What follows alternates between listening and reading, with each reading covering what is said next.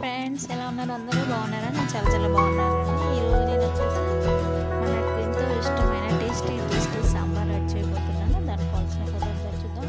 First of all ఒక cup కందిపప్పు తీసుకున్నాను. దాన్ని కుక్కర్లో వేసి 3 విజిల్స్ వచ్చే వరకు ఉడికించానండి. ఈ విధంగా పేస్ట్ అవుతుంది. ఇంత మెత్తగా రావాలి.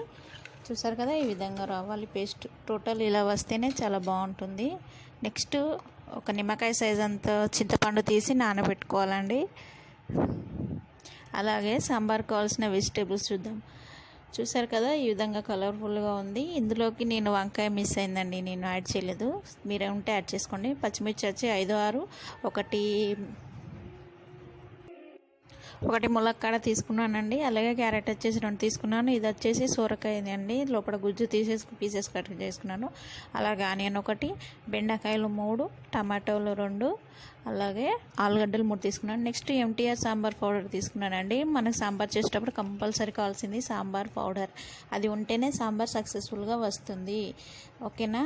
అలాగే నానబెట్టుకున్న చింతపండు, మనము ఉడకబెట్టుకున్న పప్పు. ఫస్ట్ లేవంగానే కుక్కర్లో 3 విజిల్స్ వచ్చేంత వరకు కందిపప్పు నానబెట్టేసుకొని ఆ లోపు మనం కూరగాయలు కట్ చేసుకోవాలి. నెక్స్ట్ నేను ఒక ప్యాన్ తీసుకొని అందులో ఆయిల్ ఎక్కువగా పట్టుందండి. ఆయిల్ వేసేసాను. అలాగే జీలకర్ర ఆవాలు వేసేసాను. అలాగే కరివేపాకు యాడ్ చేశాను. నూనె చిటపటలాడుతుండగా ములక్కాయల కట్టలు, అలాగే క్యారెట్, అలాగే మనం కట్ చేసి పెట్టుకున్న బెండకాయలు కట్ చేసి పెట్టుకున్నాం. అలాగే నేను అందులోకి యాడ్ చేశాను ఎండుమిర్చి, సొరకాయలు, టమాటాలు ఇవన్నీ యాడ్ చేసుకొని నూనెలోనే ఆల్మోస్ట్ కుక్ అవ్వాలండి. ఒక 5 మినిట్స్ వరకు వేయించేసుకోవాలి సిమ్లో పెట్టేసి. చూసారు కదా, ఈ విధంగా 5-6 నిమిషాల వరకు నూనెలోనే ముక్కలన్నిటిని, మనం కట్ చేసి పెట్టుకున్న వెజిటేబుల్స్ అన్నింటినీ ఈ విధంగా సిమ్లోనే నూనెలోనే వేయించుకోవాలి. చూసారు కదా, ఈ విధంగా ఆల్మోస్ట్ హాఫ్ కుక్ అయ్యాయండి, సగము. నెక్స్ట్ నేను ఇందులోకి యాడ్ చేస్తున్నాను మనం కట్ చేసి పెట్టుకున్న పచ్చిమిర్చి, అలాగే టమాటాస్.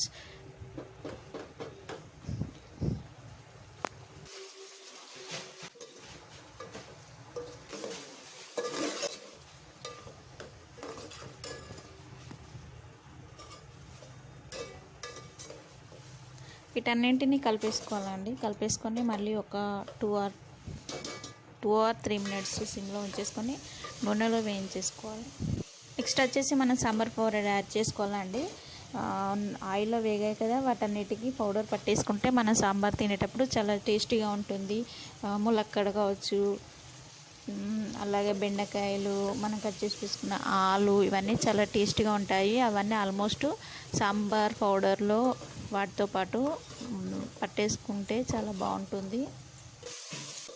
వీటిని వచ్చేసి ఒక 1 or 2 మినిట్స్ మళ్ళీ సిమ్లోనే ఉంచి వేయించేసుకోవాలండి, ఎందుకంటే ముక్కలకు బాగా పట్టేసుకుని. నెక్స్ట్ నేను వచ్చేసి మనం కలిపి పెట్టుకున్న, అలాగే నానబెట్టుకొని ఉన్న చింతపండు గుజ్జును ఒక జాలి తీసుకొని అందులోకి ఈ విధంగా తీర్చాలండి. నేను జాలి పెట్టేసి ఈ విధంగా నానబెట్టుకున్న చింతపండు గుజ్జును ఈ విధంగా తీసేసి అందులోకి మనం రెడీ చేసి పెట్టుకున్న వెజిటేబుల్స్లోకి చింతపండును యాడ్ చేసుకోవాలి. చింతపండులోని పులుపన్నీ ముక్కలో పట్టేసుకుంటుంది. చూసారు కదా, పులుపు, సాంబార్ పౌడర్ ఇవన్నీ ముక్కలో పట్టేసుకొని చాలా తింటే టేస్టీగా ఉంటుందండి. ఇది కొద్దిగా మరుగుతుండగా మనం ఇందులోకి 1 టేబుల్ స్పూన్ పసుపు యాడ్ చేశానండి. చూసారు కదా, ఈ విధంగా పొంగొచ్చేంత వరకు పొంగించేసి మనం కుక్కర్లో ఉడికేసి పెట్టుకున్న కందిపప్పును ఈ విధంగా అందులోకి యాడ్ చేసుకోవాలి. చూసారు కదా, ముద్దగా ఏ విధంగా వచ్చిందో ఆ విధంగా కుక్ చేసుకోవాలి. టోటల్ కుక్ అయితేనే సాంబార్లో కలిసిపోతుందండి, లేకపోతే పప్పుగా నవ్వుపడుతుంది. చూసారు కదా, ఈ విధంగా ఒకసారి మనం ఇంతకుముందు చింతపండు గుజ్జులో ఉడికిపోయిన వెజిటేబుల్స్ అన్నిటినీ మనం పప్పులోకి యాడ్ చేస్తున్నామండి. చూసారు కదా, చిక్కగా ఉంది కదా అండి, అందుకే ఇది ఒక 1 or 2 మినిట్స్లో మళ్ళీ బాయిల్ కాగానే ఇందులోకి, చూసారు కదా, ఆల్మోస్ట్ తీసేసాము. ఇందులోకి మనము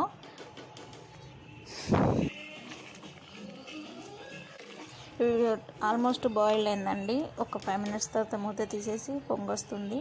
అందులోకి మనము సాంబార్ కదండి, రసం అంటే చారు బాగుండాలి కాబట్టి మనం అందులోకి 3 గ్లాసెస్ ఆఫ్ వాటర్ యాడ్ చేసాం, లేకుంటే 3 చెంబుల నీళ్ళు యాడ్ చేశానండి నేనైతే. మనకు ఎక్కువ చిక్కగా కావాలంటే తక్కువ వాటర్ యాడ్ చేసుకోండి, తక్కువ వాటర్ క్వాంటిటీ ఎక్కువ కావాలనుకుంటే ఎక్కువ వాటర్ యాడ్ చేసుకోండి. మేము మాత్రం మీడియంగా పోసుకున్నాను. చూసారు కదా, ఈ విధంగా సాంబార్ ఆల్మోస్ట్ రెడీ అయినట్టేనండి. మూత పెట్టేసుకొని 5 మినిట్స్ ఉడికించుకోవాలండి. మూత మనము అది పెట్టేసుకొని ఒక 5 మినిట్స్ పొంగొచ్చే వరకు ఉంచేసుకొని తర్వాత మనం అందులోకి కొద్దిగా మళ్ళీ సాంబార్ పౌడర్ యాడ్ చేసుకున్నాను. ఇంతకుముందు మనం వెజిటేబుల్స్కి పట్టించాం కదండి, ఇప్పుడు టోటల్ ఇంకొద్దిగా యాడ్ చేసుకొని సాంబార్ మొత్తం ఉడిగేలాగా ఉంచేసుకోవాలి. నెక్స్ట్ చూసారు కదా, ఈ విధంగా 5 మినిట్స్ తర్వాత బాగా పొంగుతుందండి. అందులోకి నేను యాడ్ చేశాను 1 టేబుల్ స్పూన్ కారపొడి, అలాగే 3 టేబుల్ స్పూన్స్ సాంబార్కు సరిపడా సాల్ట్ యాడ్ చేశానండి. 3.5 వేసాను నేనైతే. పర్ఫెక్ట్గా సరిపోయిందండి. చూసారు కదా ఫ్రెండ్స్, ఇంతేనండి, చాలా సింపుల్గా ఈజీగా అయిపోయే సాంబార్ రెడీ. మీకు కనుక నా వీడియోస్ నచ్చితే సబ్స్క్రైబ్ చేయండి, షేర్ చేయండి, కామెంట్ చేయండి, అలాగే లైక్ చేయండి. మనం మూత పెట్టేసుకొని తీసేసాము. చూసారు కదా, ఈ విధంగా పొంగొచ్చింది. అంతేనండి, చాలా ఈజీగా అయిపోయే వేడి వేడి సాంబార్, మనం ఎంతో ఇష్టపడే సాంబార్ రెడీ అయిపోయింది. నాకైతే చాలా ఇష్టం అండి సాంబార్. మా ఇంట్లో వాళ్ళు కూడా చాలా ఇష్టంగా తింటారు. మీకు కనుక నా వీడియోస్ నచ్చితే ప్లీజ్ సబ్స్క్రైబ్ చేయండి, షేర్ చేయండి, కామెంట్ చేయండి, అలాగే లైక్ చేయండి, అలాగే కింద ఉన్న బెల్ సింబల్ని క్లిక్ చేయండి. ఫర్ మోర్ అప్డేట్ కోసం కింద ఉన్న బెల్ ఐకాన్ సింబల్ని క్లిక్ చేసేయండి.